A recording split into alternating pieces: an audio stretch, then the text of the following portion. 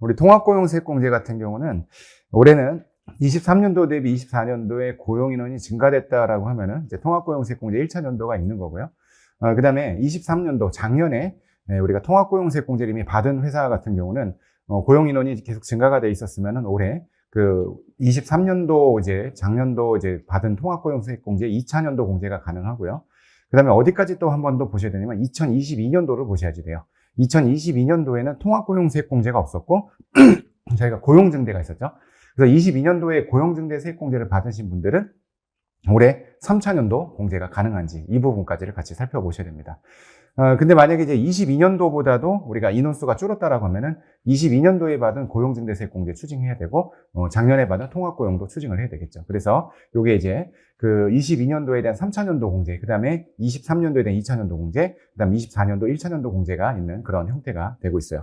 자, 우리 이 통합고용세액공제가 이게 그 제도가 상당히 좀 복잡합니다. 그죠? 이게 매월 말 근로자 수도 계산해야 되고, 계속해서 이렇게 3년 동안 고용 인원이 줄었는지 늘었는지 이것도 계속 계산을 해야 되고 그래서 사실 작년에 이거를 전면 개편을 하려고 그랬어요. 작년에 이제 정부 안에서 통합고용세액공제를 전면 개편해서 그때 그 전면 개편안에 보면은 인원수도 막 이렇게 그 매월 말 이렇게 하지 말고 12월 말 인원수로 계산하고 그 다음에 이제 이제 고용을 계속 유지했는지 이런 것도 보지 말자 이런 걸로 파격적인 안이 있었는데 국회에서 그냥 다 무산돼 버렸어요. 이유는 뭐냐면 열심히 사후 관리를 해야 된대요. 네, 그래서 우리가 그냥 계속해서 공부를 할 수밖에 없는 그런 상황이 되었다. 이렇게 좀 보시면 좋겠습니다. 그래서 이 통합고용세액공제는 당분간 이 제도가 계속해서 뭐 유지될 것으로 좀 생각이 되고요. 자, 18페이지 내용부터 먼저 보실게요. 자, 보시면 통합고용세액공제. 요거는 기존에 썼던 고용증대 사회보험료 세액공제, 경력단절 여성 세액공제가 있었는데 얘를 다 묶어서 기본공제다 이렇게 가져갔고요. 그 다음에 정규직 전환자 세액공제랑 육아휴직 복귀자 세액공제가 있었는데 여기에 통합고용 이제 추가공제다 이렇게 해서 이제 그 적용이 되는 그런 구조로 생각하시면 되겠죠. 그래서 오른쪽에 보시면은 기본공제는 수도권 내 중소기업 기준으로는 1,450, 그 다음에 이제 상시근로자는 850이 됩니다. 1,450을 적용받는 사람은 청년, 그 다음에 장애인, 60세 이상자, 경력단절 여성까지가 있다. 이렇게 좀 보시면 좋겠고, 추가공제는 육아휴직 복귀자나 정규직 전환자에 대해서 1,300만 원씩 세액공제가 적용이 되는 그런 구조로 되어 있죠. 자, 먼저 공제 대상자를 좀 보시면은 밑에 보면은 이제 그 기본공제랑 추가공제 금액을 구하는데 여기서 보시면은 제가 이 책을 쓸 때는 이제 법인세 위주로 쓰긴 썼지만 소득세에 관한 언급도 조금씩은 중간중간에 들어가요. 왜냐면 통합고용세액공제는 소득세에서도 이제 그 종합소득세도 공제가 되니까.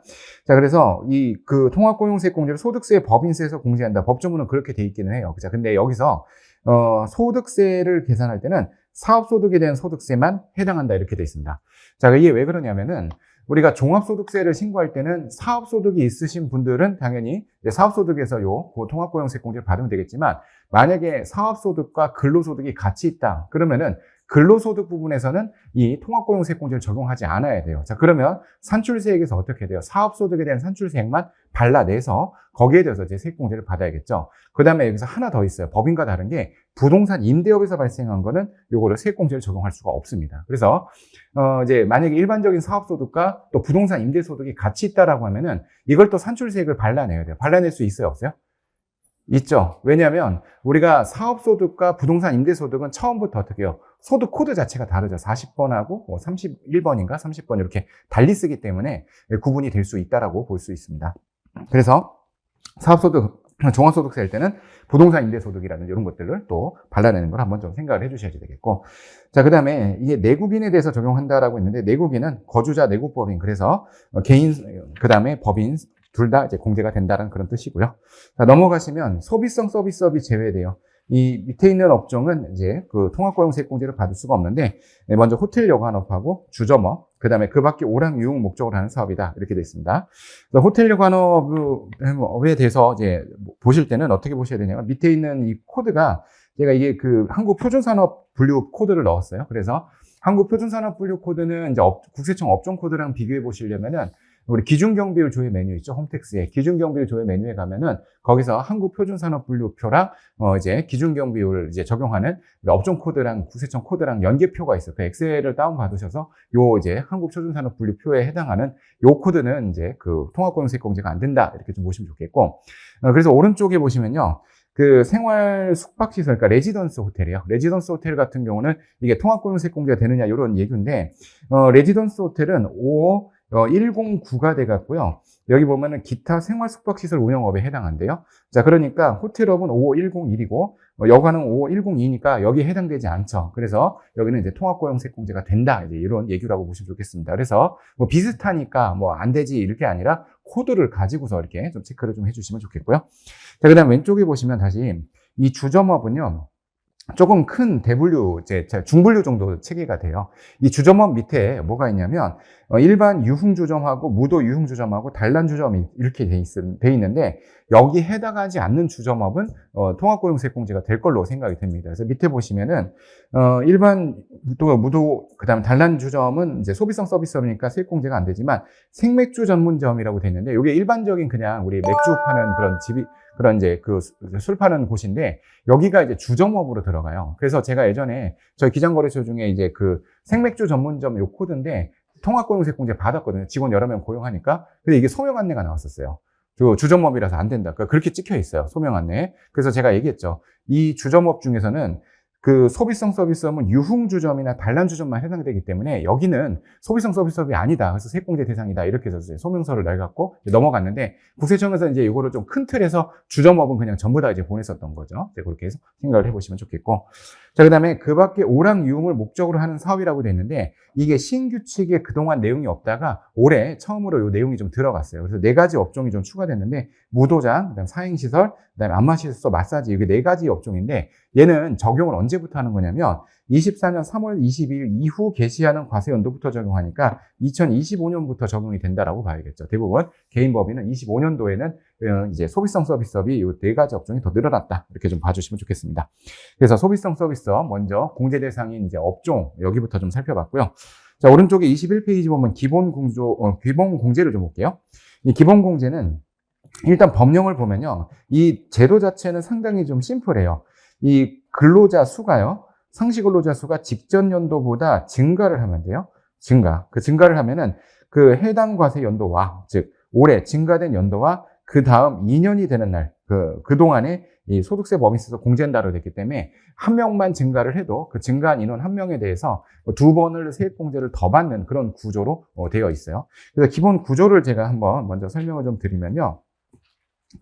자, 일단은 아주 기본적인 오늘 저희가 요 통합고용세액공제 굉장히 여러 가지, 한 10몇 가지 되는 사례를 이제 다룰 건데, 그 사례는 전부 다 여기서 출발한다라고 좀 보시면 좋겠어요. 크게 한 이제 3가지 사례가 있을 수 있는데, 먼저 근로자 수가 아예 없었어요. 근로자가 없다가 1차 연도에 처음으로 청년이 한 명이 증가됐다. 그러면은 우리가 1,450을 청년 같은 경우 수도권의 중소기업은 세액공제를 받을 수 있죠.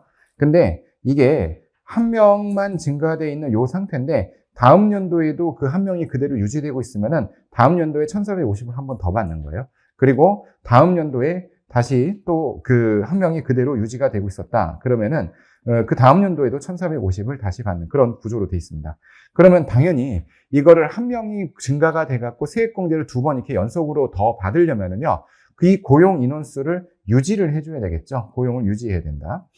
그런데 이게 고용이 유지가 안 되면요. 이 2차년도 공제나 이런 것들은 받을 수가 없어요. 사후 관리를 이제 해줘야 되는데 이 기본 구조가 먼저 X1년도에 청년 한 명이 있었는데 1,450을 세액공제를 받은 상태에서 다음 연도에 이게 0이 됐다. 인원이 없어진 거예요. 그 고용 인원이. 그러면은 2차년도 공제는 받을 수가 없어요. 그 2차년도 공제를 받을 수가 없을 뿐만 아니라 여기서 공제받았던 거는 도로 납부를 해야 되겠죠. 이렇게 납부를 하고 다음 연도에는 당연히 공제를 받을 수 없는 거고요. 그 다음 3번째는 첫 해 한 명이어서 공제를 받고 그 다음 연도도 유지가 돼서 한 번 더 공제를 받았는데 마지막 연도에 0이 된 거예요. 그러면은 3번째 연도 공제는 받을 수가 없겠죠. 3번째 연도 공제를 받을 수 없을 뿐만 아니라 앞에서 공제받은 세액을 내야 되는데 이때 이 공제받은 세액은 요 2개를 다 내야 돼요. 그래서 2,900을 납부하는 그런 구조로 되어 있습니다. 그래서 기본적으로 이 통합고용세액공제는 처음 시작부터 시작해서 2번을 더, 총 3년 동안 이제 그 관리를 해줘야 되죠. 그래서 제가 맨 처음 강의 시작할 때 설명드린 게 올해 24년도 통합고용세액공제를 하려면 23년도랑 비교해서 늘어난 인원도 계산해야 되지만 22년도랑도 같이 비교를 해줘서 총 3년간의 비교를 해줘야, 인원수 비교를 해줘야 이게 들어갈 수 있다. 이게 기본 구조다. 이렇게 좀 생각을 하시면 좋겠습니다. 자, 그러면 여기서 우리가 증가된 인원수를 따질 때 그 증가 인원수는 어떻게 계산해야 되느냐? 기본 틀부터 보시면요.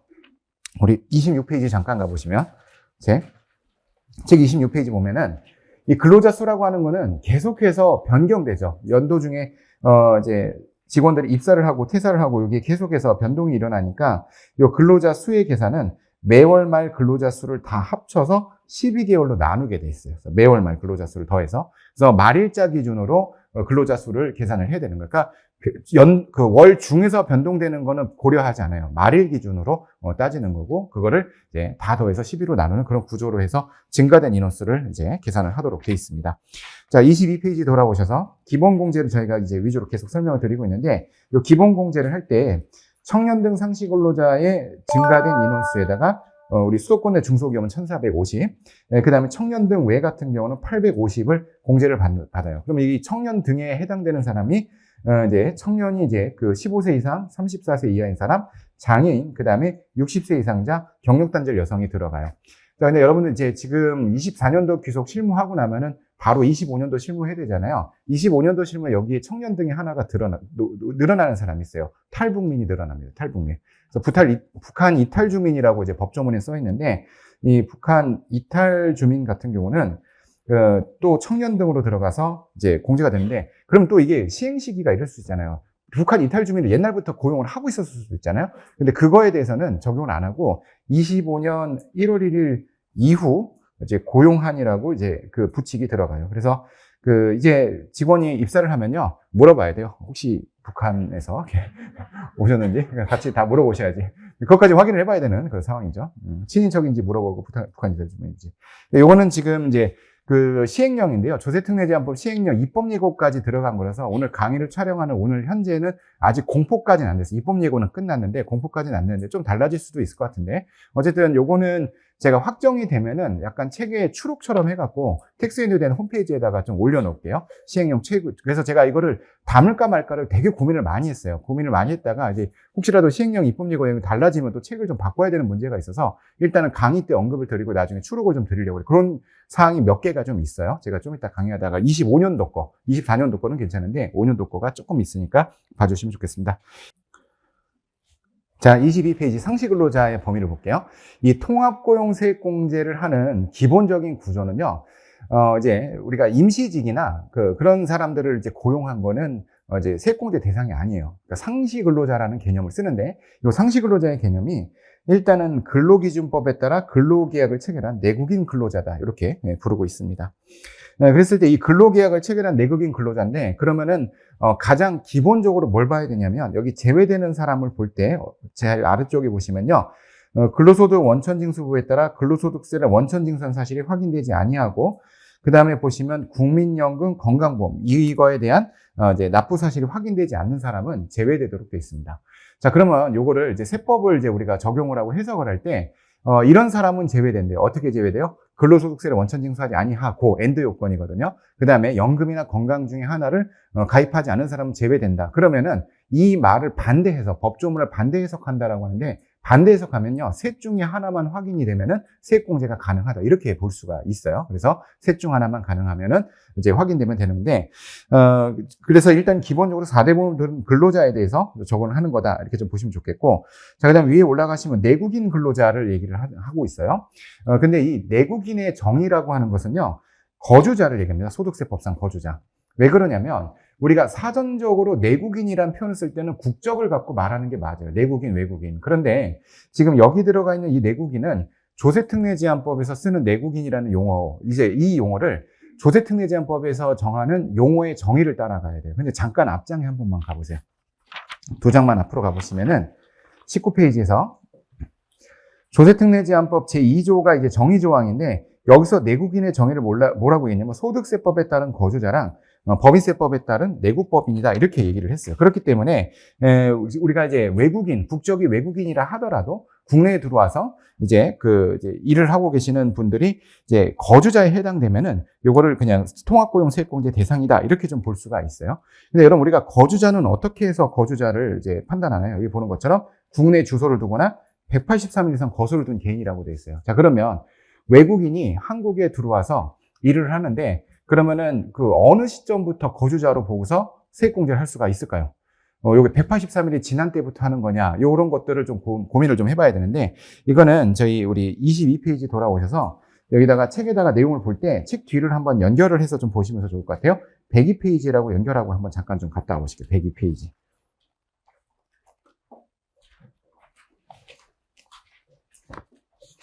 102페이지 보면은 제가 예규라든지 주요 쟁점들을 이렇게 질의응답 방식으로 뒤쪽에 주요 예규 실무 해설 사례라고 돼 있어요. 이제 오늘 앞에 내용 보면서 몇 가지 왔다 갔다 할 건데요. 자, 일단 아까 살펴본 대로 오른쪽 103페이지 보면 거주자는 국내 주소를 두거나 183일 이상 거소를 둔 개인이에요. 즉, 국적을 갖고 따지는 게 아니라 주소 거소 여부를 갖고 따지게 돼 있어요. 자, 그러면 밑에 주소는 생계를 같이 하는 가족 및 국내 소지하는 자산의 그 유무 등 생활관계의 객관적 사실에 따라 판정한다 그랬는데요. 이게 실제 실무적 판정하면 되게 어려워요. 객관적 사실이 뭔가. 제가 이제 몇 년 전에 한번 문화체육관광부에서 자기네 이제 해외 파견 나간 직원 한 300명에 대한 거주자 여부를 판정해달라 그래서 죽는 줄 알았어요. 그 사람에게 질문지를 돌려갖고 하는데 이게 판단이 쉽지가 않습니다. 근데 지금 저희가 여기서 외국에 들어와 있는 사람이 한국에서 일을 하고 있을 때 이 사람이 거주자인지 있잖아요. 이거는 판정하기가 되게 쉬워요. 왜냐면 바로 이어지는 얘기를 보세요. 국내에 일단 거주를 하고 있어요. 한국에 들어와 있어요. 그 사람이 다음 중 어느 하나에 해당하는 경우는 국내 주소를 가진 것으로 본다. 간주예요. 그냥 어떤 요건을 갖추면은 그냥 간주가 되는데 언제 간주가 되냐면 자, 1번 보세요. 계속하여 183일 이상 국내에 거주할 것을 통상 필요로 하는 직업을 가진 때 주소를 가진 것으로 봅니다. 자, 그러면 잠깐 좀 보세요. 외국인이 한국에 들어와서 근로계약을 체결을 했어요. 그러면 그 날짜부터 거주자가 되는 걸까요? 183일이 지나면 거주자가 되는 걸까요? 계약을 체결하는 때부터예요. 왜냐하면 한 장 넘어가 보세요.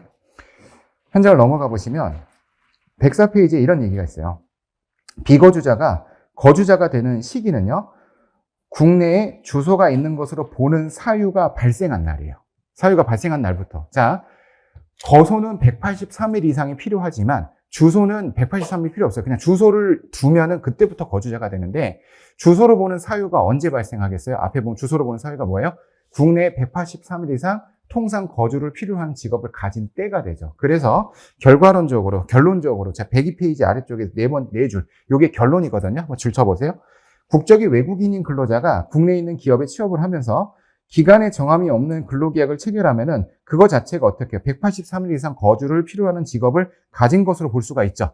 근로계약서에 기간에 정함이 없는 계약이 되면은 그게 요 요건을 충족한다라고 봐야 돼요. 그래서 이제 그 계약을 체결하는 날부터 거주자가 된다. 그래서 그 날짜부터 상시근로자에 포함을 시키고 우리가 세액공제를 대상을 이제 잡으면 되겠다 이렇게 보시면 좋겠습니다. 22페이지 다시 돌아오실게요. 그래서 먼저 상시근로자의 범위에 외국인이지만 국적이 이제 거주자인 사람은 포함된다. 이 내용을 한번 살펴봤고요. 자, 그다음에 근로계약 기간이 1년 미만인 근로자를 제외하도록 되어 있어요. 자, 그러면 우리 요즘 우리 세무사무실도 되게 그런데 한 3개월 근무하고 도망쳐요, 막 이렇게. 그런 사람들 있죠. 일이 고되다 막 이러고. 그럼 그런 사람은 우리 상시근로자에 포함시켜야 돼, 안 시켜야 돼요? 그거는 이렇게 대답하면 안 되고 계약서로 보고서 판단하셔야 돼요. 만약에 3개월 근무하고 간 사람이 계약서를 봤더니 근로계약 기간이 3개월로 명시가 돼 있어요. 그런 사람을 뭐라고 불러요? 계약직이라고 부르고요. 저희가 이제 책에서 계속 부를 때는 기간제 근로자라는 표현을 쓸 거예요. 계약직을 기간제 근로자라고 이렇게 부르는데, 이제 이 계약 기간이 명시가 돼 있는 사람이에요. 그 사람은 1년 미만이니까 어떻게 해요? 우리가 세액공제를 적용받지 않겠죠. 그런데 만약에 처음부터 이 사람은 근로계약서에 기간에 정함이 없는 계약을 맺어놨는데 3개월만 근무하고 퇴사를 했으면은 그 사람은 포함을 시키는 겁니다. 왜냐면 법조문에서 근무기간이요, 계약기간이요? 네. 근무기간이 아니라 계약기간이라고 했기 때문에. 자, 그러면 여기서 한 가지를 좀 생각을 해볼게요. 사례를 한번 들어볼게요. A라는 사람이 있는데 이 사람이 맨 처음에 1월 1일부터 5월 31일까지 5개월 계약직이었어요. 그러면 당연히 뭐예요? 근로계약서에 명시가 돼 있었다는 거죠. 그러면 이 사람은 1년을 근무하지 않아요. 그런데 이제 이 단서 조항 나오는 거 이걸 설명을 하려고 하는데, 근로계약의 연속된 갱신으로 근로계약이 결과론적으로 총기간 1년 이상이 되면 상시 근로자로 본다라고 돼 있어요. 자, 그래서 이 사람이 일을 잘해서 회사에서 한 번 계약을 더 연장을 해줬어요. 그래서 6월 1일부터 10월 31일까지 5개월 연장이 됐습니다. 자, 그럼 이 사람은 상시 근로자예요? 아니요? 아니죠. 아직 1년이 안 넘었죠. 근데 너무 잘해서 한 번 더 5개월을 또 연장해줬어요.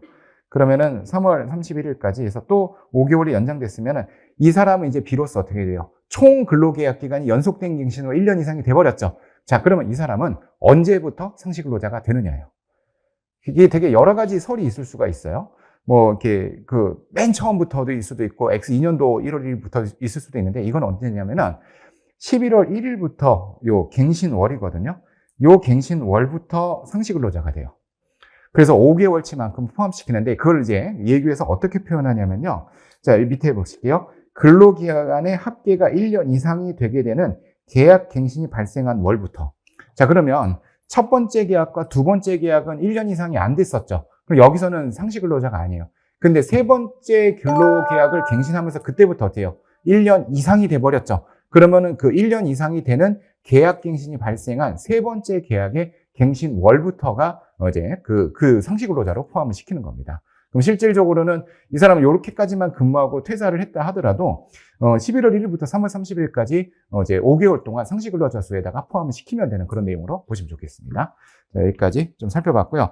요거는 제가 그냥 설명만 하고 지나갈 테니까 나중에 한번 보세요. 이 파트를 판단을 해야 되는 상황이 생기면 105페이지라고 연결하고 한번 잠깐 갔다만 와볼 건데, 제가 이거를 자세히 설명을 해설을 하면서 이제 여기다가 좀 내용을 담아놨으니까 나중에 한번 읽어보시고, 특히 106페이지 아래쪽에다가 여러 가지 이제 경우의 수를 좀 남겨놨어요. 그래서 어떤 경우에 이 사람은 몇 월 달부터 몇 월 달까지 포함을 시켜야 되는지 경우의 수를 좀 남겨놨으니까 나중에 한번 읽어보시면 돼요. 근데 그 기본 개념은 제가 앞에서 설명을 한 거예요. 그래서 105페이지, 106페이지에 이 내용이 있다 정도 보시고 되돌아오시면 되겠고요. 자, 22페이지로 다시 오시겠습니다. 22페이지 보시면 아래쪽에 세 번째, 근로기준법에 따른 단시간 근로자는 원칙적으로 제외되게 되어 있습니다. 그러니까 상시 근로자, 정규직, 제대로 우리 회사에서 채용한 정규직을 세액공제를 한다는 거기 때문에 아까 말씀드린 대로 계약직이나 단시간 근로자는 원칙적으로 제외를 시키게 돼 있어요. 자, 그런데 여기 또 어떤 표현을 쓰냐면 1개월 소정 근로시간이 이제 60시간 이상인 근로자는 다시 또 상시 근로자로 또 본다, 이렇게 또 표현을 했습니다. 그러면은 잠깐 좀 생각할게요. 하루에 4시간 근무하면은 단시간 근로자죠. 그러면 일주일이면 몇 시간? 20시간 일하게 되고, 한 달이면은 80시간 일하게 되니까 사실 이런 사람들은 다시 또 상시 근로자에 포함을 시키긴 하는데, 26페이지가 보시면 이 단시간 근로자의 경우에는요 0.5명으로 카운트를 하도록 되어 있습니다. 0.5명으로 계산한다, 한 명을.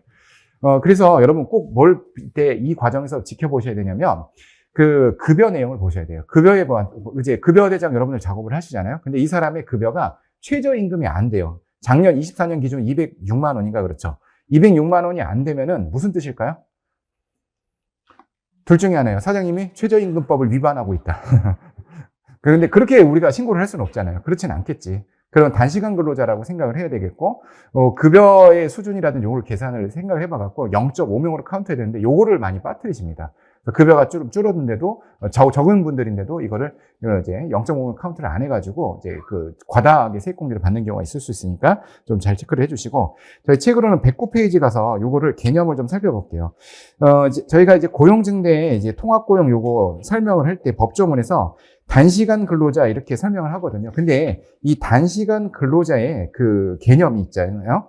단시간 근로자 개념이 세법에 없고요. 근로기준법에 따른 개념을 가져가도록 돼 있어요. 그래서 이 단시간 근로자의 정의를 저희가 한번 좀 볼 필요가 있는데, 자, 여기서 줄쳐보시면 단시간 근로자란 1주 동안의 소정 근로 시간이 그 사업장에서 같은 종류 업무에 종사하는 통상의 근로자의 1주의 소정 근로 시간에 비해 짧은 근로자를 말한다라고 돼 있어요.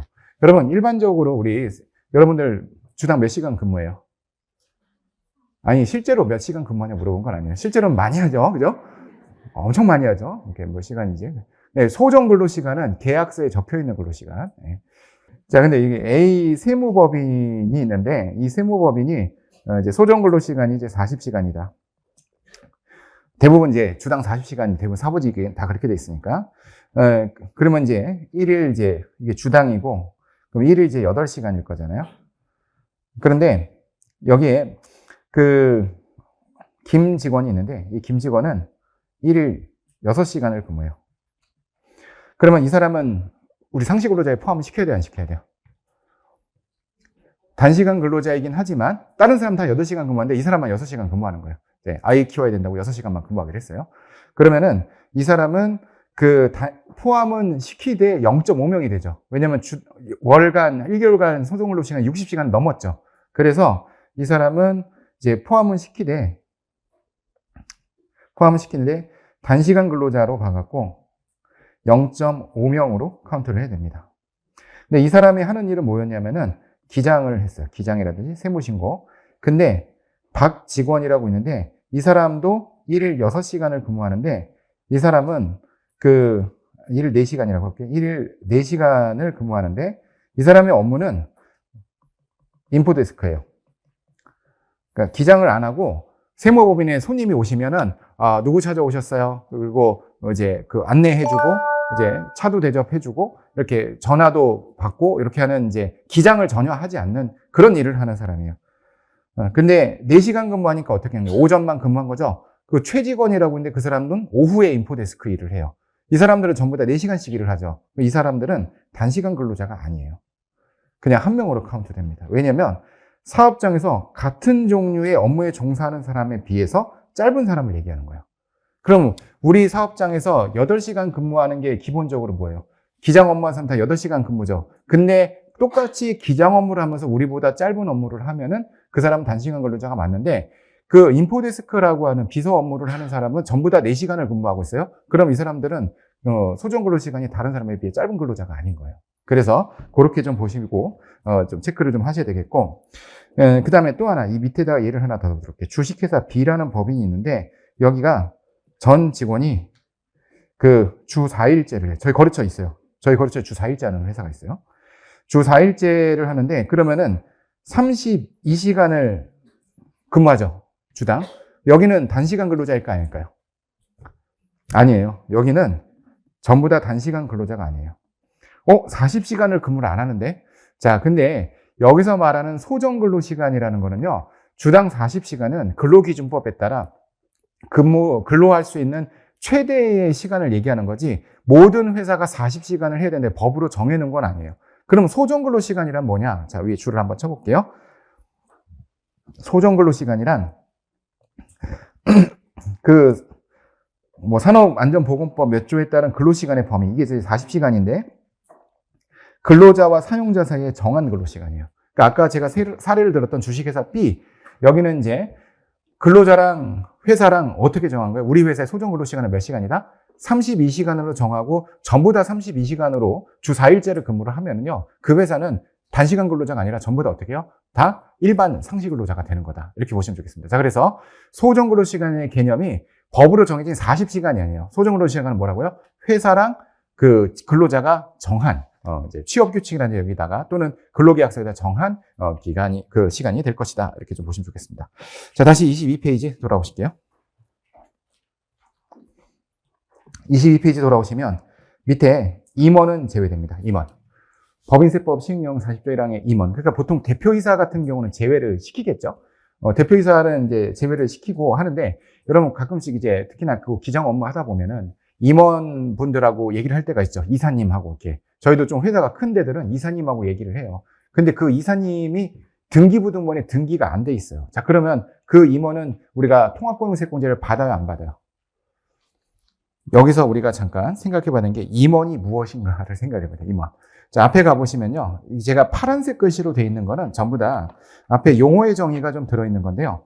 12페이지 아래쪽에 임원의 정의를 한번 보도록 할게요.